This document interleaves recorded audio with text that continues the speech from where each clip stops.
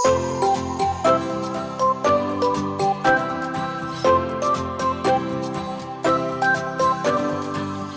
இயேசுவின் உயிர்த்தெழுந்த வல்லமையுள்ள நாமத்தில் உங்களுக்கு என்னுடைய அன்பின் வாழ்த்துக்கள். இந்த நாளிலும் யோவான் எழுதின சுவிசேஷம் 7ஆம் அதிகாரம் 31ஆம் வசனத்திலிருந்து 36ஆம் வசனம் வரைக்கும் நம்ம தியானிக்க போகிறோம். ஜனங்களில் அநேகர் அவரை விசுவாசித்து, கிறிஸ்து வரும்போது இவர் செய்கிற அற்புதங்களை பார்க்கிலும் அதிகம் செய்வாரோ என்றார்கள்.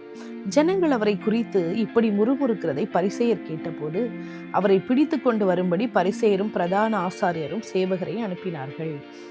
அப்பொழுது இயேசு அவர்களை நோக்கி, இன்னும் கொஞ்சம் காலம் நான் உங்களோடு கூட இருந்து பின்பு என்னை அனுப்பினவரிடத்திற்கு போகிறேன். நீங்கள் என்னை தேடுவீர்கள், ஆனாலும் என்னை காண மாட்டீர்கள். நான் இருக்கும் இடத்திற்கு நீங்கள் வரவும் கூடாது என்றார். அப்பொழுது யூதர்கள், இவரை நாம் காணாதபடிக்கு எங்கே போவார்? கிரேக்கருக்குள்ளே சிதறி இருக்கிறவளை போய் கிரேக்கருக்கு உபதேசம் பண்ணுவாரோ? நீங்கள் என்னை தேடுவீர்கள், ஆனாலும் என்னை காண மாட்டீர்கள் என்றும், நான் இருக்கும் இடத்திற்கு நீங்கள் வரக்கூடாது என்றும் இவர் சொன்ன வார்த்தையின் கருத்தை வந்து தங்களுக்குள்ளே சொல்லி கொண்டார்கள். பிரியமானவர்களே, இயேசு கிறிஸ்துவை பிடிக்க வகை தேடிக்கொண்டே இருந்தாங்க இந்த யூத தலைவர்கள். ஆனாலும் நம்ம நேற்று தினத்தில் பார்த்தோம், பிதாவின் வேலை, அவருடைய பிதா குறித்திருக்கிற வேலை, இயேசு உலகத்தின் பாவத்துக்காக மரிக்கிறதற்கு அவர் குறிப்பிட்ட வேலை இன்னும் வராததுனால ஒருவனும் அவர் மேல் கை போட முடியவில்லை, யாருமே தொட முடியல. நம்முடைய வாழ்க்கையிலும் கூட நமக்கு இந்த விசுவாசமும் நிச்சயமும் இருந்தால் நம்ம அனாவசியமாக நம்ம பயப்படவே மாட்டோம்.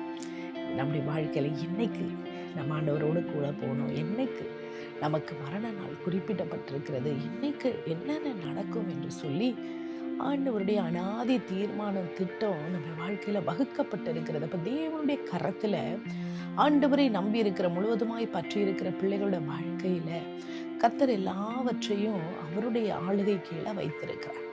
அப்ப அதுக்கு முன்னாடி அந்த நாளிகை நேரத்திற்கு முன்னாடி நம்மை எதுவும் அணுக முடியாது, எதுவும் நம்மை தொட முடியாது, நமக்கு ஒன்றும் ஆகாது. இதை நம்ம ஆழமாய் அப்படியே ஏதாவது அப்படின்னா அது தேவனுடைய கரத்துல அவருடைய திட்டத்தின்படி தீர்மானத்தின்படி நடக்கிறது. இதுதான் நம்மளுடைய விசுவாசம், இதுதான் ஆவிக்குரிய வாழ்க்கையில வளர்ச்சி. அப்போ கர்த்தரை சார்ந்திருக்கிற பிள்ளைகளுக்கு நன்மைக்கு எதுவாக காரியங்கள் நடக்கிறது. ஏன்னா நம்முடைய தகப்பன் அன்புள்ள தகப்பன், நமக்கு தீமை செய்யாதவர்.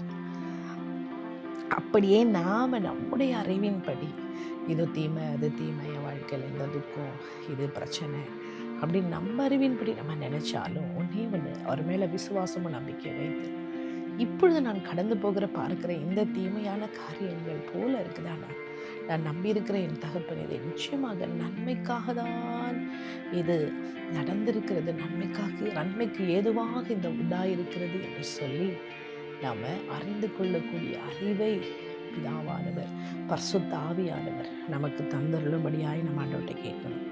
பாருங்க, அடுத்தது நம்ம இங்க பார்க்கிறோம், ஜனங்கள் எல்லாம் அவரை விசுவாசித்து கிறிஸ்து வரும்போது இவர் செய்கிற அற்புதத்தை காட்டிலும் இன்னும் செய்வார். அப்போ அவங்களுக்கு கிறிஸ்துவின் மேல நம்பிக்கை இருக்கு. எதற்காக? அடையாளங்களை, அற்புதங்களை அவங்க பார்த்ததுனால. அப்போ கிறிஸ்து அவர்தான் வரப்போகிற மேசியா, அவர் வந்துட்டாரு, இவர்தான் என்பதாக அந்த விசுவாசம் அவங்களுக்கு இல்லை. ஆனா அவர் அற்புதங்களை அடையாளம் செய்ததுனால அவர் மேல விசுவாசம் வைத்தாங்க.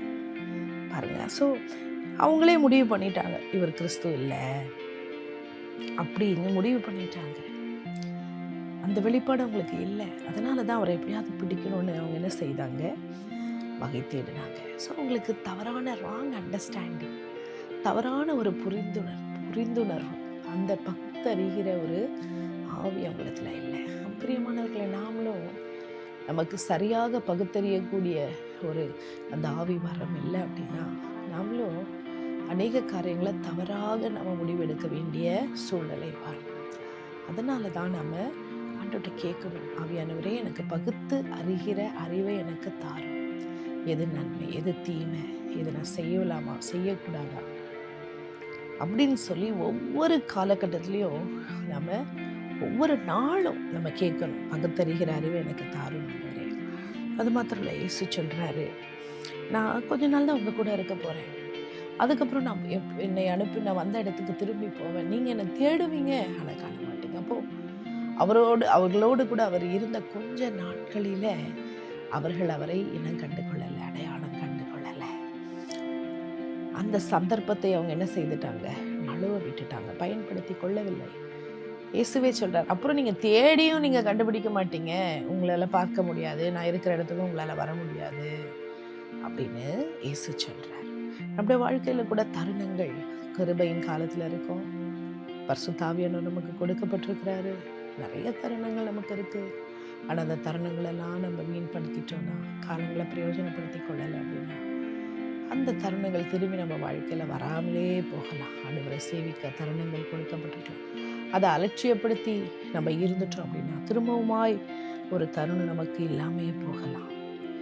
அப்போது அதை நம்ம கவனத்தில் கொண்டு நம்முடைய வாழ்க்கையில் நம்முடைய இருதயம் கடினமாகி போய்விடாதபடிக்கு, நம்முடைய சூழ்நிலைகள் எல்லாம் மாறி போகிறதுக்கு முன்னாடி நம்முடைய கையில் அதிகாரம் இருக்கும்போதே நம்ம பயன்படுத்தி கொள்ள வேண்டும். அதுக்கு பிறகு நம்ம நேரத்தெல்லாம் வீணாக்கிட்டு, நம்முடைய தருணங்களெல்லாம் வீணாக்கிட்டு, ஐயோ நான் வீணாக்கிட்டேனே அப்படின்னு சொல்லி கில்ட்டியாவோ லேட்டர் நம்மளோட வாழ்க்கையில் ரிக்ரெட் பண்ணியோ ஒரு பிரயோஜனம் இல்லை. அதனால தான் இப்பொழுதே ஆவியானவர் நமக்கு கொடுக்கப்பட்டிருக்கார். இப்பொழுதே கிருபையின் காலம், இப்பொழுதே இரட்சணிய நாள், இப்பொழுதே நம்ம மனம் திரும்புகிற தருணம், இப்பொழுதே கிறிஸ்துவிடத்தில் நெருங்குற ஒரு தருணம், ஒரு அன்பை புரிந்து கொள்ளுகிற அந்த தருணத்துக்கு செவி கொடுத்து நம்முடைய வாழ்க்கையில் நம்ம அனலும் இல்லாமல் குளிரும் இல்லாத ஒரு வாழ்க்கை வாழாமல், நம்முடைய ஆவிக்குரிய வாழ்க்கையில் ஒரு ஒரு ஒரு அர்ஜென்சி, நம்ம ஒரு துடிப்போடு கூட அனலாய் நம்ம ஆவிக்குரிய வாழ்க்கையில் நம்ம இருக்க, ஒவ்வொரு நாளும் பகுத்தறிவோடு கூட பகுத்தறிந்து தேவ ஆவியில் ஒவ்வொரு நம்ம டெசிஷன்ஸ் தீர்மானங்களை எடுக்க கர்த்தர் நமக்கு உதவி செய்யும்படியாய் அவருடைய கரத்தை நோக்கி பார்ப்போமா? எங்கள் அன்பின் தெய்வமே, ஒரே தவறாயவர்கள் புரிந்து கொண்டதுனால தவறான முடிவை எடுத்தாங்க. எங்களோட வாழ்க்கையில் கூட நம்மை அறிகிற அறிவில் நாங்கள் நிலைத்திருக்கணும். ஒன்றே சரியாய் புரிந்து கொள்ள ஆவியானவர் தாமே எங்கள் ஆவிக்குரிய கண்களை திறந்தருளுவீராக. தெய்வீக ஞானத்தை தந்தருளும், எங்களை கிருபையாய் வழி நடத்தும் சுவாமி. எங்களுக்கு கொடுக்கப்பட்ட தருணங்களை ஞானமாய் பயன்படுத்த, சரியாய் பயன்படுத்த கர்த்தர் எங்களுக்கு கிருபை தாரும். நாட்களை பிரயோஜனப்படுத்தி கொள்ள கிருபை தாரும்.